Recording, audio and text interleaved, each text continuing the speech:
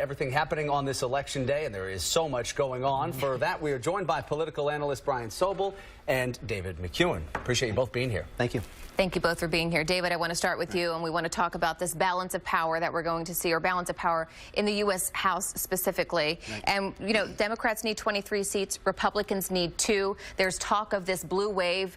For some, you know, a numbers game, it might seem easier for Republicans to take that, but explain why it's not that simple. All right, so usually in a midterm election, the out party is advantage. A midterm election, particularly a president's first midterm election, is a referendum on leadership.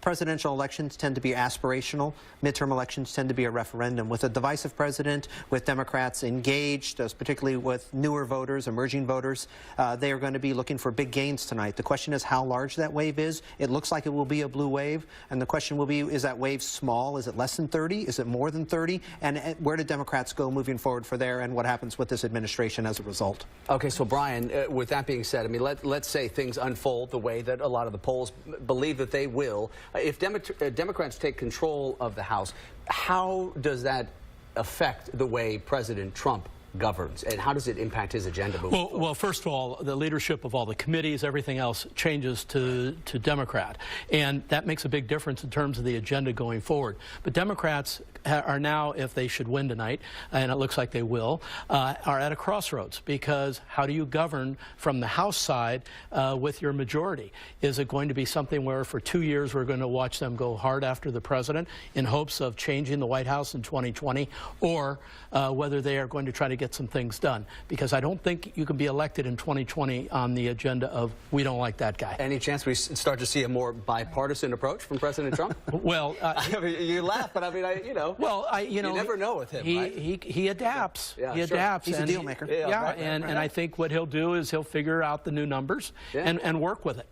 But how will that change, you know, the big issues here? We're talking about healthcare, we're talking about immigration.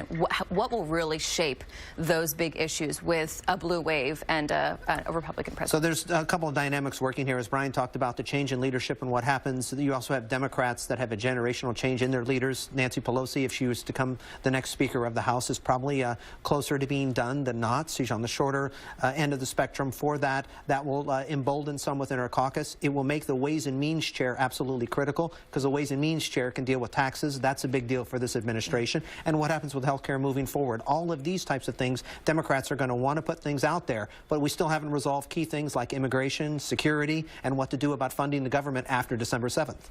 Okay. All right, well, let's talk about, you know, the results starting to trickle in here. We're hoping to get some early results here soon. What do you think it is, Brian, that we should all be looking for as indicators that this blue wave may in fact be coming to fruition? Well, you're going to see early states quickly electing Democrats, and if that happens, you can kind of start looking at changes.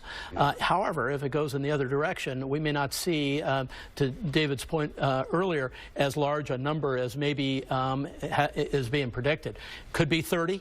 But if it's 10, it's a whole other ballgame. It is. And so one thing we want to pay attention to, these early returns for Indiana Senate, for example, are showing the incumbent Joe Donnelly behind. It's early, very early, but that's an indication of what's happening in that state. Democrats will look closely at this. We want to pay close attention to what happens in Pennsylvania, 6, 7, and 8. If Democrats are going to do well and have a blue wave, those seats have to go blue for them to have a substantial wave. If they split those seats, get 2 out of 3, something like that, it's a different dynamic for tonight.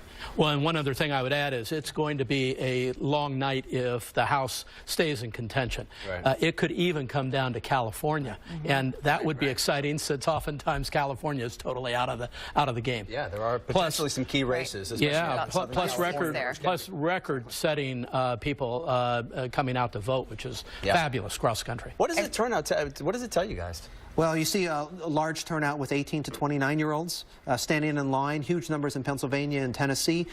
Usually we think young voters don't vote in those big numbers, but we do show them out in droves, and that could drive some of those Senate races and some of those congressional races. But it will be an uptick in youth voter turnout. The question is, what does that look like overall? Absolutely. Speaking of voter turnout, we're taking a live look here at the University of Arizona. The line is wrapping around blocks and blocks on end as people are waiting to cast their vote tonight in the midterm elections. Again, you mentioned 18 to 29. We are seeing a lot more younger voters. Millennials are coming out to vote in droves.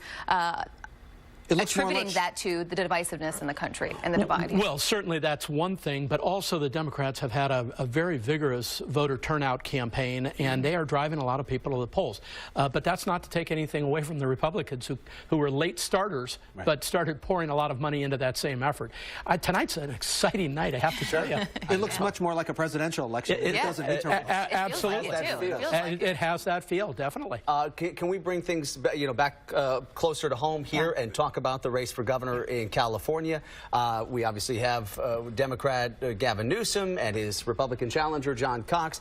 This seems to be in the bag for Gavin Newsom. But any chance that we see a surprise tonight, David? Well, we might see a surprise kind of down the ballot in some of those other statewide races. But right now, I mean, it's such a deeply blue state, and Democrats, every politician in California is really tripping over themselves to be more anti-Trump than the next California politician. Right. So that certainly advantages someone like Gavin Newsom. And John Cox hasn't been able to really cut into much oxygen or airtime here in this particular race. Absolutely. And you have to go back a couple of years because Gavin Newsom and Kamala Harris, split the spoils.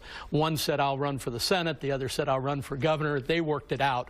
And tonight is the second part of the two-part deal. And they're also a potential, they could be on opposite sides running for president in 2020 in the early going. Well, absolutely. I think particularly the governor will be back in Washington, D.C. all the time, competing with the senator for airtime for California. And just for real quickly, do you think Dianne Feinstein holds her Senate seat? I do. Yeah. Absolutely. Absolutely. Yeah. All right. Okay. No doubt about it. Good position.